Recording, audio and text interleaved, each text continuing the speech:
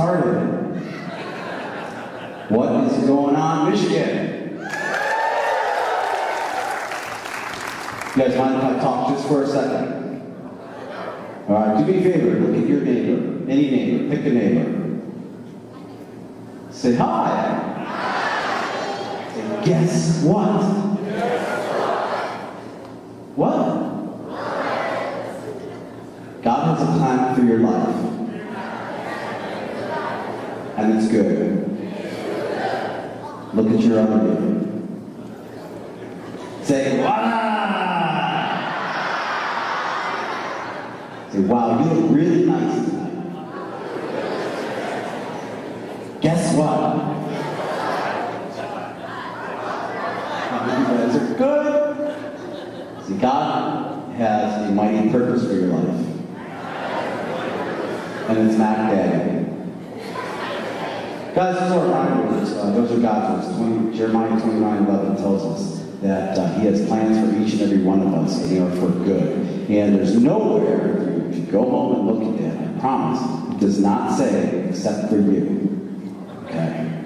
Now, as Jake said, the band is from Pittsburgh, Pennsylvania. I actually live, just moved to Columbus. I'm going to sound like a vagrant when I tell you this. I must have, like, I don't know, gypsy blood, but I was born and raised in Strongsville, Ohio. I moved to Sterling Heights, Michigan. Actually graduated high school there.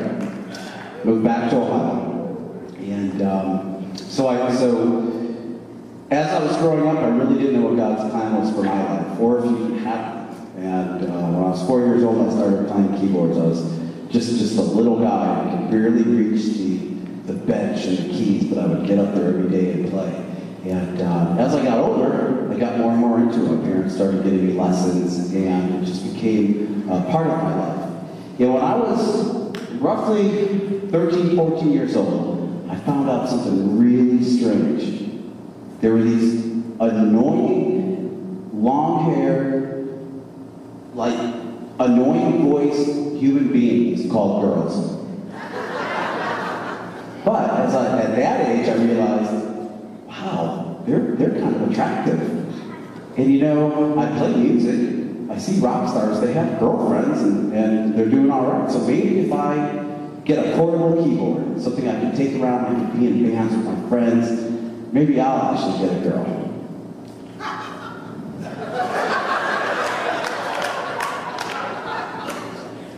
Did you hear that? And so anyway, I got a paper route. I wanted to save up to get a keyboard. I was 14 years old. It was 1982. Yeah, do the math. All right, I'm fairly ancient. And I had a paper route. I saved $100. And back then in 1982, that was a decent chunk of change to save up for. Now, here's what's really crazy about this time. There was no internet. Anybody remember that? Yeah. Remember when if you were trying to buy something, you had to actually look at a newspaper? Can you believe it? Well, I found a keyboard. It was a couple hours away from where I lived, and I went to my parents and said, look, I have this money. It's exactly what he's asking for. It's exactly what I want. And by today's standard, the keyboard was like the equivalent of like a Toys R Us keyboard, but it's what I needed at the time. It's what I could afford.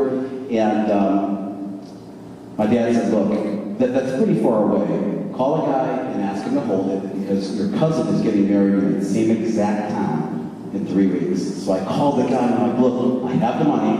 I want the keyboard. Can you please hang on to it? He said, look, I appreciate it, but if somebody shows up with the money, I'm going to have to sell it. And here's what's great about 1982. That was well before stalking charges. So I called this guy 7 or 8 times later that day, and he finally said, look, kid, I'll hold it for you. Stop calling me. So about 2 weeks and 6 days go by. It's Friday night, Saturday, the next day, I'm going to get this keyboard. And boy, time just was so slow during that time. And so I had some nervous energy. So that Friday night, I went outside and was playing catch with my neighbor. However, on the very first pass, as I threw the ball, it sounded like a tree branch breaking. It was very, very loud, very audible. And it felt like somebody was grabbing my upper arm and just squeezed really hard.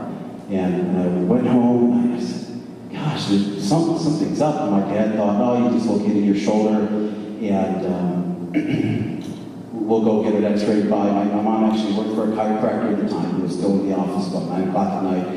And because she worked for me, he was a family friend, he pulled me into his office and said, Todd, your arm is broke. You have to tell me what really happened. So I threw a football. He goes, did you get in a fight or something and you don't want your dad to know? I said, if I got in a fight, that guy would have the broken bones.